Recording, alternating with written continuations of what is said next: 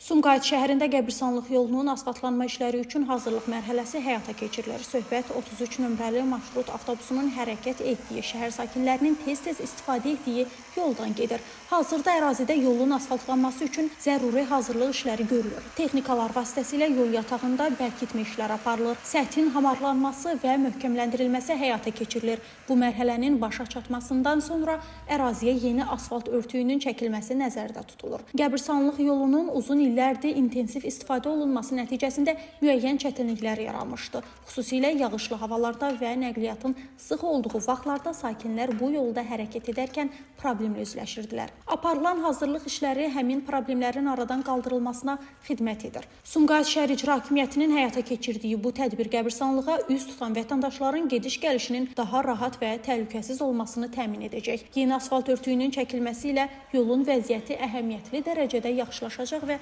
nəqliyyatın hərəkəti xeyli asanlaşacaq. Qeyd edək ki, hazırda ərazidə işlər planlı şəkildə davam etdirilir və yaxın müddətdə asfaltlanma mərhələsinə keçilməsi gözlənilir. Günay Hüseynova, Şəmistan Fikrətli, Elbrus İsmailov bugün informasiya proqramı üçün.